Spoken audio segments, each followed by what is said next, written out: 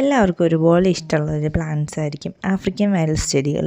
കാരണം എന്താ വെച്ചിട്ടുണ്ടെങ്കിൽ ഇത് ഇൻഡോറിൽ നന്നായിട്ട് വളർത്തിയെടുക്കാൻ പറ്റുന്ന ഒരു ചെടിയുമാണ്. അതുപോലെ തന്നെ ഇതുപോലെ നിറഞ്ഞ് പൂക്കളിട്ടുകൊണ്ടിരിക്കുന്ന സീസൺ ഇല്ലാത്ത ഒരു പ്ലാന്റ് കൂടിയാണ് ആഫ്രിക്കൻ വയലറ്റ്സ്. അതുപോലെ തന്നെ ഇതിൻ്റെ പ്രൊപ്പഗേഷന് വളരെ ഈസിയാണ്. നമുക്ക് അതിൻ്റെ പുതിയ ഇലകൾ എടുത്തിട്ട് വേറെ പ്ലാന്റ്സ് ഉണ്ടാക്കിയെടുക്കാനായിട്ട് സാധിക്കും. ഈ ഇലകൾ എടുത്തിട്ട് മണ്ണിൽ കുത്തി വെച്ച് കഴിഞ്ഞിട്ടുണ്ടെങ്കിൽ അതിൽ നിന്ന് പിന്നെ ബേബി പ്ലാന്റ്സ് ഉണ്ടായി വരുന്നുണ്ട്. കൂടാതെ ഇതിൻ്റെ ചുവട്ടിലായിട്ട് തന്നെ ഒരുപാട് പുതിയ സീഡ്ലിങ്സ് ഉണ്ടായി വരും. അത് നമുക്ക് അതിൽ നിന്ന് മാറ്റിയെടുത്ത് നട്ടിട്ടുണ്ടെങ്കിൽ പുതിയ ചെടികൾ ഉണ്ടാക്കിയെടുക്കാൻ പറ്റും കേട്ടോ.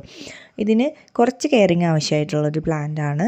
വെള്ളം ഒരുപാട് ആവശ്യമില്ലാത്തൊരു പ്ലാന്റാണ്. അതുപോലെ തന്നെ പോട്ടി മിക്സ് എടുക്കുന്ന സമയത്ത് നമ്മൾ എന്തെങ്കിലും ഓർഗാനിക് മാനോ ചേർക്കുന്നുണ്ടെങ്കിൽ തന്നെ വളരെ കുറച്ച് മാത്രമേ അതിൻ്റെ ക്വാണ്ടിറ്റി ആഡ് ചെയ്യാനായിട്ട് പാടുള്ളൂ.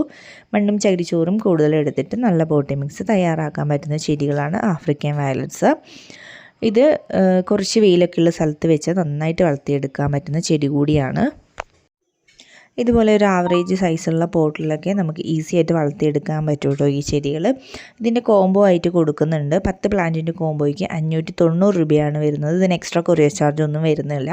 അതുപോലെ തന്നെ 8 പ്ലാന്റിൻ്റെ കോംബോയ്ക്ക് 490 രൂപയും 5 പ്ലാന്റിൻ്റെ കോംബോയ്ക്ക് 390 രൂപയാണ് റേറ്റ് വരുന്നത്. ഈ ഒരു പ്ലാന്റ് സൈസ് ആയിരിക്കും നിങ്ങൾക്ക് അയച്ചു തരുന്ന ചെടികൾ. അപ്പോൾ ഓർഡർ പ്ലേസ് ചെയ്യാനുള്ള നമ്പർ സ്ക്രീനിൽ കാണിക്കുന്നുണ്ട്. അതിലേക്ക് നിങ്ങൾക്ക് ഓർഡർ പ്ലേസ് ചെയ്യാം.